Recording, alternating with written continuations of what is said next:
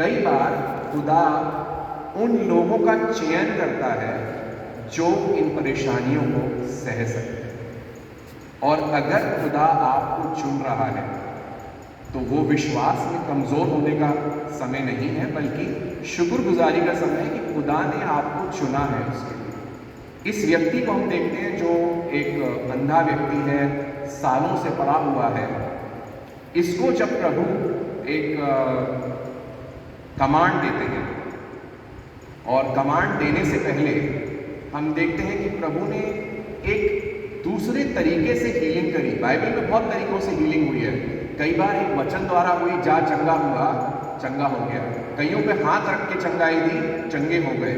लेकिन ये एक विशेष तरीके की हीलिंग है जहाँ पे उन्होंने थूका मिट्टी पे और मिट्टी का एक लेप बना के उसकी आंखों पे लगाया, और उसके बाद उसे कमांड दिया कि वहां जाके तू अपनी आंखें धोएगा।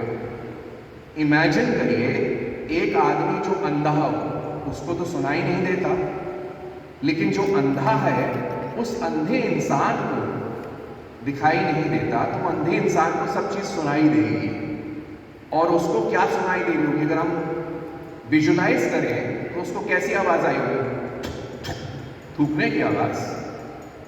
लेकिन क्या उसने प्रभु को क्वेश्चन किया? नहीं। क्यों? क्योंकि इतने सालों उसने इतना टॉर्चर झेला, इतने सालों वो ऐसी जगह पड़ा रहा जिसको उसने किसी ने पूछा नहीं। लेकिन उसका विश्वास देखिए कि उसको ठीक होना था, चंगा होना था। इसलिए उसने प्रभु के थूकने को कहीं भी उसने क्वेश्चन नहीं किया। और थूकने को अगर हम गौर से देखें तो ये जो प्रभु यीशु ने एक एक्ट के एक क्रिया करके उसको शिफा दी, तो वो क्रिया जो अगर हम देखें तो उसमें कई चीजें इन्वॉल्व है। मिट्टी इन्वॉल्व है, जो कि ये दर्शाती कि आदम की जब रचना हुई थी एक मनुष्य की, वो भी मिट्टी से ही हुई थी। तो ये ऐसा नहीं, इन सब चीजों में अलग अलग अगर हम ध्यान से उस पोर्शन को पढ़ेंगे तो हमें नजर आएगा कि क्या क्या चीजें इन्वॉल्व है।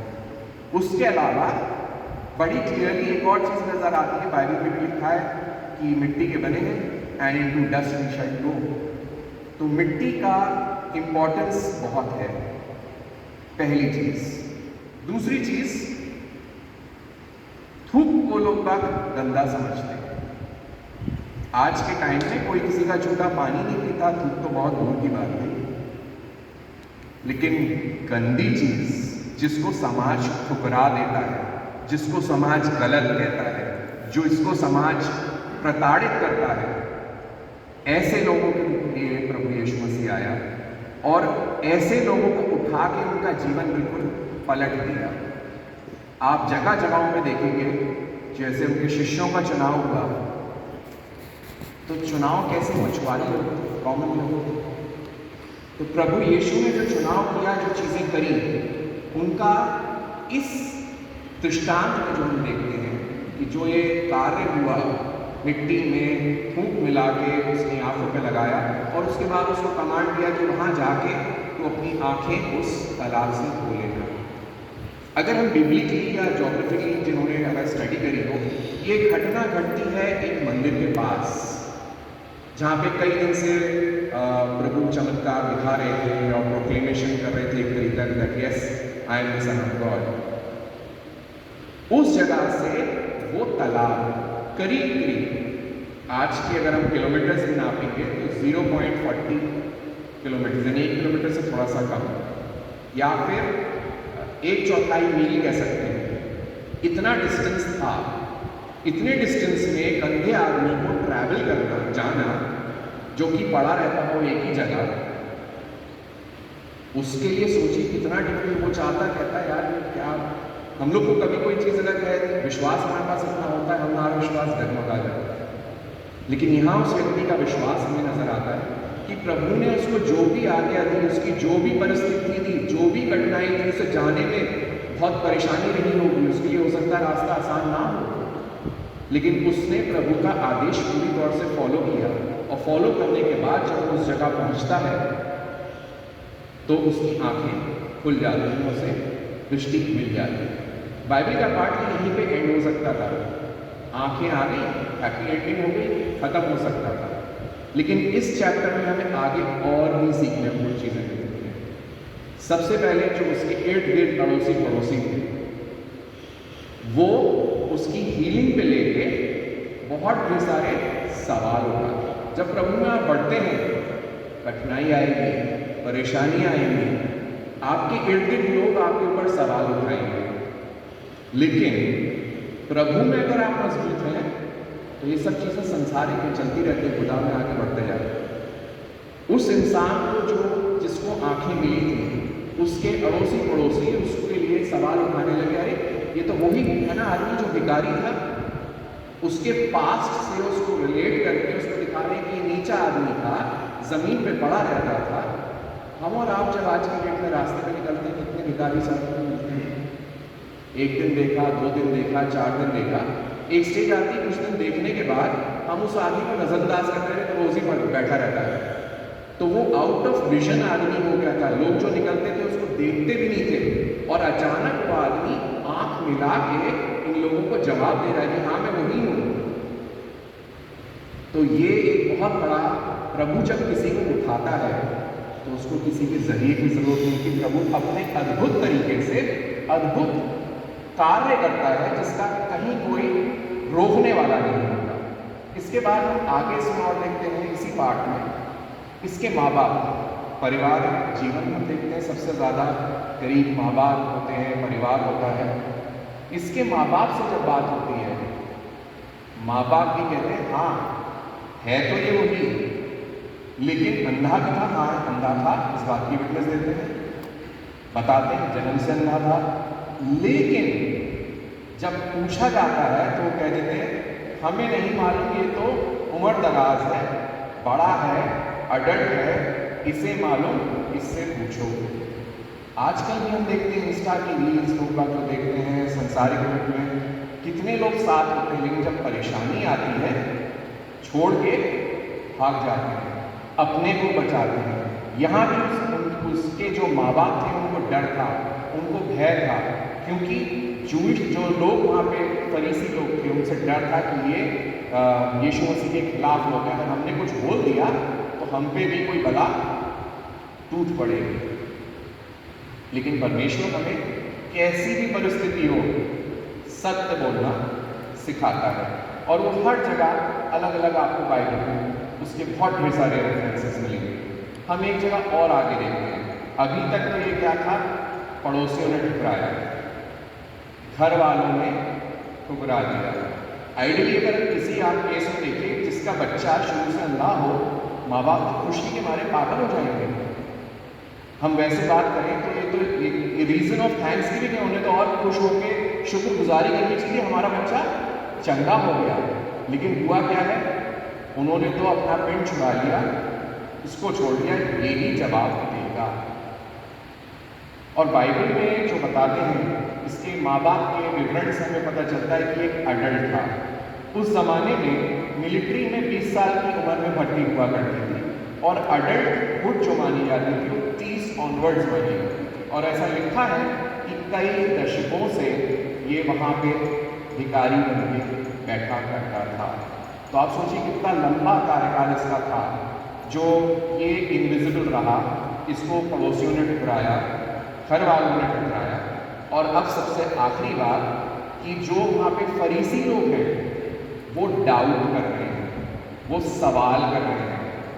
और सवाल सिर्फ इस पे नहीं कर रहे, सवाल उस चमत्कार पे कर रहे हैं जो हुआ है, क्योंकि वो पूछ रहे हैं क्या ये जन्म से अंधा था। उनको यकीन नहीं हो रहा कि ये वही व्यक्ति है। माँ बाप भी जवाब दे चुके हैं और उस व्यक्ति से भी पूछते हैं। इसी चैप्टर में आप देखें तो उसको फिर से बुला के बात करी जाती है, तो वो डाउट कर रहे हैं। फरीसी अगर हम कहें बहुत ज्ञानी लोग हैं, लेकिन वो ज्ञानी लोग खुदा पे डाउट कर रहे हैं। तो वो ज्ञानी लोग जो खुदा पे डाउट कर रहे हैं और इस बात को एक्सेप्ट नहीं करना चाह रहे कि ये चंगाई प्रभु यीशु द्वारा हुई है। आज हमारे और आपके जीवन में भी बहुत से आश्चर्य काम प्रभु शांति से कर देता है। बहुत से आश्चर्य काम के लिए हमें तैयार करता है, बहुत सी जंगों के लिए हमें लगता है हम क्यों, हम अकेले क्यों, ऐसा क्यों। लेकिन मानिए खुदा आपको तैयार कर रहा है, और जब खुदा आपको तैयार कर रहा है तो वो सारी कायनात को तैयार कर देगा। आपके इर्द गिर्द कितना भी विरोध हो जाए, if God is with us who can be against us. इसी चैप्टर में जब हम और आगे बढ़ते हैं तो हम और भी बहुत ढेर सारी चीज़ें देखते हैं, महसूस करते हैं कि परमेश्वर अपने कार्यों को जब करता है तो कैसी चीज़ें नज़र आती हैं। अगर हम इस चैप्टर की हम 25वीं आयत को देखते हैं, वो व्यक्ति जवाब देता है कि मैं अंधा था लेकिन अब मैं देखता हूँ।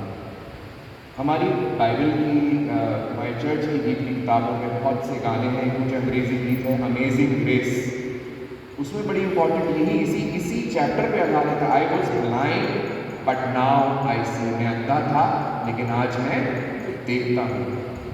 ये इंसान जो था, इसको इस दिन एक आशीष नहीं मिली कि सिर्फ इसकी आंखें ठीक हुई हों, इसको दुगनी आशीष मिली। एक शारीरिक आशीष जो कि इसकी आंख की थी, कि इसकी आंख इसको प्रभु ने प्रदान करी, और दूसरी आशीष जो हम देखते हैं वो कहते हैं मन की आंखें, यानी कि इसने प्रभु को एज अ सेवियर स्वीकार कर लिया। जब डाउट होता है कुछ जगहों पे कि भाई ये जिसने कार्य किया है, पढ़े लिखे फरीसी लोग कहते हैं सबत के दिन ये कार्य हुआ है, ये बंदा क्लियरली इस बात को कहता है कि मेरे लिए तो वो भला था, खुदा का बंदा था, उसने मुझे आंखें दी हैं। सो इसको हम देखते हैं कि डबल ब्लेसिंग्स जो मिली हैं, और यही फर्क है आज के इस संदर्भ में जब हम रहते हैं। हमारे इर्द गिर्द आने वाले समय में, आने वाले परिप्रेक्ष्य को देख के हमारी ये चीज़ें आसान नहीं हैं, हमारे लिए और कष्ट आएगा और परेशानियाँ आएंगी। बाइबल बताती है बड़ी क्लियर, आप प्रभु के रास्ते पे चलेंगे तो आसान नहीं होगा, परेशानियाँ आएंगी, कष्ट आएंगे, लेकिन कौन है वो जो प्रभु का झंडा लेके आगे बढ़ सकता है।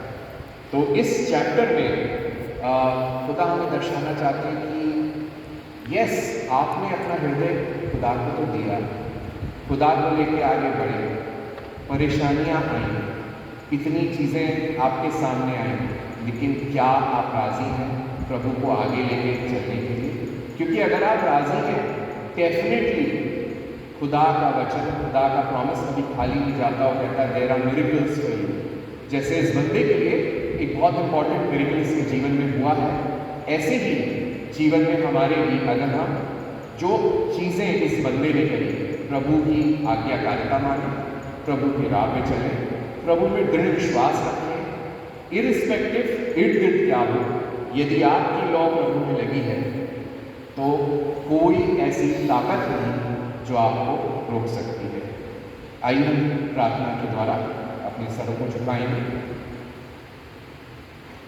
सर्वशक्तिमान परमेश्वर का फिर से तेरे सम्मुख में सिरों को झुकाते हैं, धन्यवाद देते हैं इस समय के लिए प्रभु, धन्यवाद देते हैं इस वचन के लिए जो तूने हमें दिया। प्रभु प्रार्थना करते हैं यहाँ में से प्रत्येक को आप इनकरेज कीजिए और हिम्मत दीजिए, ताकत दीजिए। हम नहीं जानते किसके जीवन में कौन सी कष्ट है, कौन सी परेशानी है, कौन सी प्रताड़ना है। हमारे पड़ोसी, हमारे परिवार वाले, हमारे कुछ हो सकते हैं अगुए, हमें साथ देना है, लेकिन प्रभु तेरा वचन हमें मजबूत बनाता है। और जब तू हमारे साथ है प्रभु, हम एक विशेष आशीष चाहते हैं तुझसे आज प्रभु कि होने दे इस पतली राह पे, इस पतली डगर पे प्रभु जब हम चलते हैं, इस सकरे मार्ग पे जब हम चलते हैं, तू हमारी लाठी हो, तू हमारा बल हो, तू हमारा शरण स्थान हो प्रभु। और होने दे हमें आगे जीवन में बढ़ाता हुआ उस मिरेकल, उस चमत्कार के लिए जिसके लिए प्रभु तूने हमें प्रत्येक को चुना है। हमारे जीवन में जो रेस तूने चुनी है, जो मुकाम तू चाहता है कि हम प्राप्त करें, होने दे वो हम प्राप्त करने वाले हो सके। सब कुछ तेरे प्यारे मीठे मधुर नाम में होकर मांगते हैं, आमीन।